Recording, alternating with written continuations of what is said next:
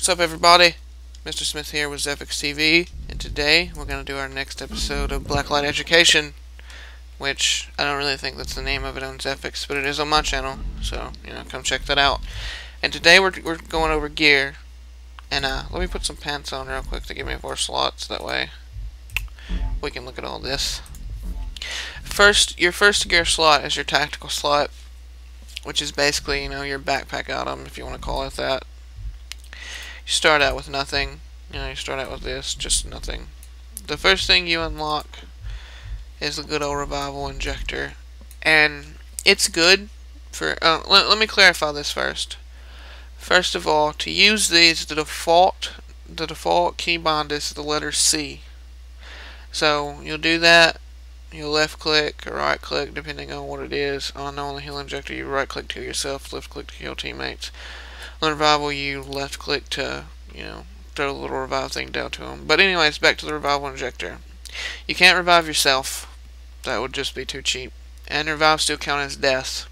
But they're good to make up points for whenever you're trying to level really fast. They're good for that. But as far as that goes, it's pretty much what it says it is. Now the repair tool is going to become much more used and useful when it comes to siege mode, whenever God knows when that comes out. But when that comes out, you'll be able to repair the stuff, the spider bot that's going down the track. And siege mode is essentially going to be like payload, except the payload can die. Payload from TF2, that is. And yeah, it repairs hard suits, it repairs turrets, it repairs everything that's pretty much stationary that can be repaired. And you'll have a health bar for your teammates' hard suits and turrets and stuff that you can repair, and it gives you points for them. The ammunition pod, that drops down like ammo that refills like regular ammo. It doesn't refill heavy ammo like the depot item here does, like that one does. But we'll get to that next episode. This one, you'll throw it down, you'll press C, throw it down on the ground. It'll get 2 uses of ammo, free ammo that you don't have to buy. And it'll refill your grenades twice, your everything twice, except like depot item stuff. Now this is the big one. This one right here, the heal injector. It's probably the most useful one. It's the one I definitely like the most. I know some people prefer the revival injector, but heal injector is the only way to go for me personally. With this thing, you can heal yourself for 50 health. Or you can heal your other teammates for 100 health. There is a recharge timer on it, but it's not really that big of a deal. Say you regen half your health after a gunfight, and then you use this twice, and it'll pretty much heal you back up to full, which is really, really nice. I'm trying to get a good angle on this thing. But yeah, so that one, in my opinion, is definitely the most useful one. Okay, now the hard suit battle mode. This one you use while you're in a hard suit. It protect, if you're getting your weak spot tore up, you can use it to protect it. That way you're not getting demolished while you're in the hard suit. And then people are shooting your weak spot and it's not really doing any damage, so that can be useful. But hard suits are so easy to take out even without that it's really not worth it. Honestly, even say I'm hitting your weak spot, you use this and you kill me. After that, I'm just gonna go buy a stinger and you're done. That's all there is to it. Stingers do 10,000 damage to hard suits. Unless you have somebody repairing you, then this isn't really useful. This one, on the other hand, excuse me, got me some nice Dr. Pepper there. This one, on the other hand, the hard suit HRV ping, like it says here, allows your hard suit to ping the environment to locate enemies. You can basically use your HRV while you're in a hard suit. I know anybody that has watched this, is paying attention to this, knows that you can't use your HRV unless you're in your hard suit. You go in a hard suit, get in it, you can't see through walls anymore.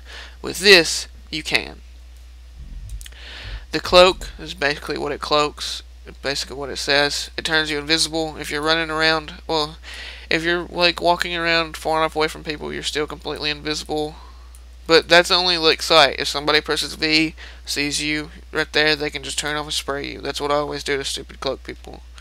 Not that they're really stupid, it's just, you know, they try to sneak you around you, it doesn't really work. This one is probably the second most useful one in my opinion, but it's debatable. This one's basically a portable riot shield. You can hit C, pull it out, you can smash people, you can right click on it, pulls it up. That's a cool story from Steam. But anyway, so you can right click it, you can see, right click it to pull it up, and you can have deployable cover, which is brilliant. Absolutely brilliant. Snipers can still kind of shoot you through this little hole, and in the closed beta, this would actually protect your back. And it doesn't anymore, which renders it a bit less useful. But what can you do, right? I mean, it happens. Even if it blocked like 50% damage, that'd still be amazing. But this is basically cover, riot shield. You can sit it down, unlike the one in COD, and actually use it for cover and shoot with it. So, on to grenades. On to the G-nades. We'll start out with the regular frag here. Frag grenade. It's a frag grenade. I'm pretty sure everybody knows how that works. Does 400 damage over a 10-meter radius. The farther you are from the central blast, you know, the easier it is to, you know, the less damage it does to you. That's one of the default items. The combat knife. It's basically a regular melee weapon. Takes 2 hits to kill anyone. 125 health is what it takes off. The EMP grenade. The EMP grenade is basically your flash grenade. You hit them, they get blue screen to death. You know, and if anybody's ever been hit by one of these or a shot grenade, you know, it's like you get a blue screen of death. It tells you everything's rebooting again. And then you can see, but you're completely blind. And you know, this one does 75 damage, but there's a better one of these, and we'll get to it in a bit. The digi grenade, it gives you 2 of these, which is useful, and it's essentially like your smoke grenade. You can throw it, make somebody where they have to, if they have to run through that path, they can't really see anything. They run through the path, they kind of get screwed in the long run. Pretty useful. I can't believe I haven't bought it yet. The HRV decoy is completely useless. Utterly and completely useless. If this fools any of you, you really need to work on how you sue people through the walls, because all they do is stand still like they're AFK. Like, if somebody's standing still, they're either AFK or it's a blackout or it's a decoy, and they look, it just looks funny. Like, there's something about it that doesn't look right. And sometimes you can see them, like, sometimes when they get deployed, you can just see like a glowing orange thing through the wall, and you're just, you know, it's just not really useful. The combat knife Mark II is basically like increased, you know, it swings faster, 25 more damage. It's essentially the same thing. The stun mines, though, they're pretty awesome. Stun mines are cool. Though you throw them down on the ground, somebody hits them, they can't move. You know, like they essentially just can't move. Like if you stand right in front of them where they can shoot you, they can still shoot, but they can't like really turn left to right or run away from it. They're kind of like caught in a sticky trap, essentially. This is a blackout. You throw it down on the ground, people can't see you anymore in their HRV, like they can't see you through the walls anymore. This paired with a cloak can be really, really strong combination if somebody isn't like, if you're playing against like maybe like an average player, but somebody that knows the game really well. You know, they'll just shoot the blackout and HRV and take you out. But it can be useful to, you know, troll people with. It can be fun. And it lasts for 5 minutes or 26 after you die. And you can only place one of those per life. The rest of the stuff, you get ammo or use ammunition pod, it fills it back up. This one is the other one I was telling you guys about. This one is much, much more useful than the EMP grenade, because it does 300 damage over a 10-meter radius, and that can kill anyone if they're close enough to the center of the blast. And if it doesn't kill them, it blue screens them, just like the EMP grenade, but for like, this one's 2.5 seconds. Let me go check this one back here. This one is 3.5 seconds. So it blue screens them for a second less, but 2.5 seconds is plenty of time to get up to them and take them out if you get a hit marker on it. I would choose that one over the EMP grenade. The toxic grenade is basically your, you know, your typical gas grenade. Yeah, you throw it, it blocks the path. Somebody comes through it, stays in it long enough, they die. It basically works just like any other gas grenade you guys have ever used.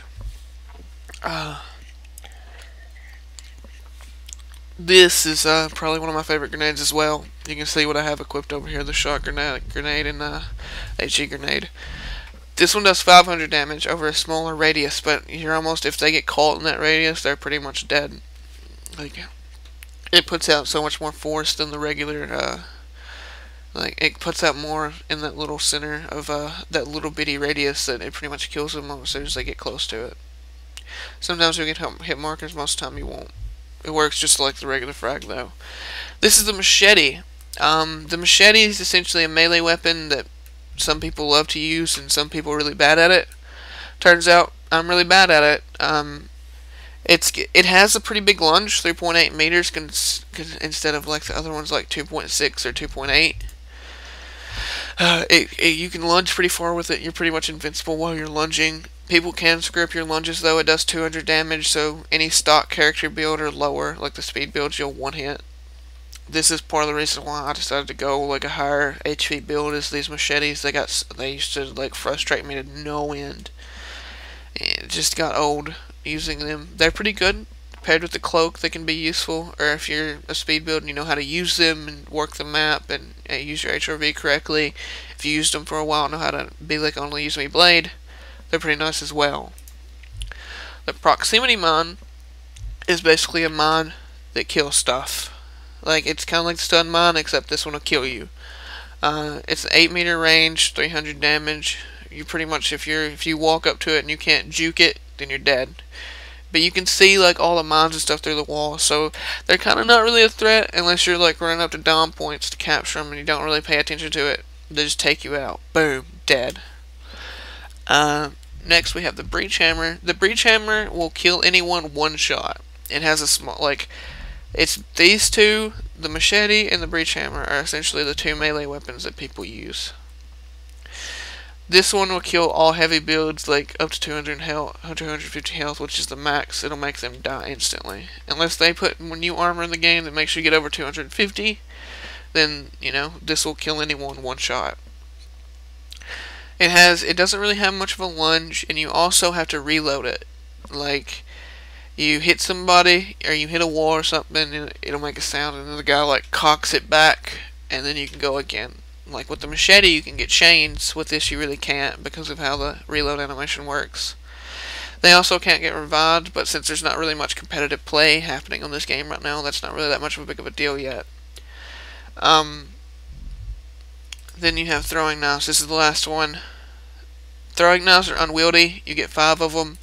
They're really slow to throw unless you just like are holding down left click and have already finished like the toss animation that the person does before they throw them. They're kind of difficult to use. They have like spread, you know, arch, travel time, and drop. Like the arc and drop. They're kind of difficult. You can also melee with them and they do the same 200 damage. Kind of fun to play around with, but other than that, not really useful. And we're about to start getting into the depot items, and I'm curious because I have all of these. All of these, I bought them permanent. I bought all the gun receivers permanent too. It's like, would you like to see clips on how these work? Let me know in the... I did not mean to do that. Let me know in the comments below how you'd want to see, like, the guns do and all the other stuff work out. Because it's very tempting to just, you know, tell you about them. But if you want to see clips of them in action, then I can definitely get that done for you. It's not a big deal. Same goes with all the guns. I have all those as well. So just let me know in the comments how you want to see the clips working of the depot items and stuff, and I can get that out to you. But as far as everything else concerned, I've been Mr. Smith. You have been the lovely Zephix audience. Hope you enjoyed. Hope this helped you out. And peace out, everybody.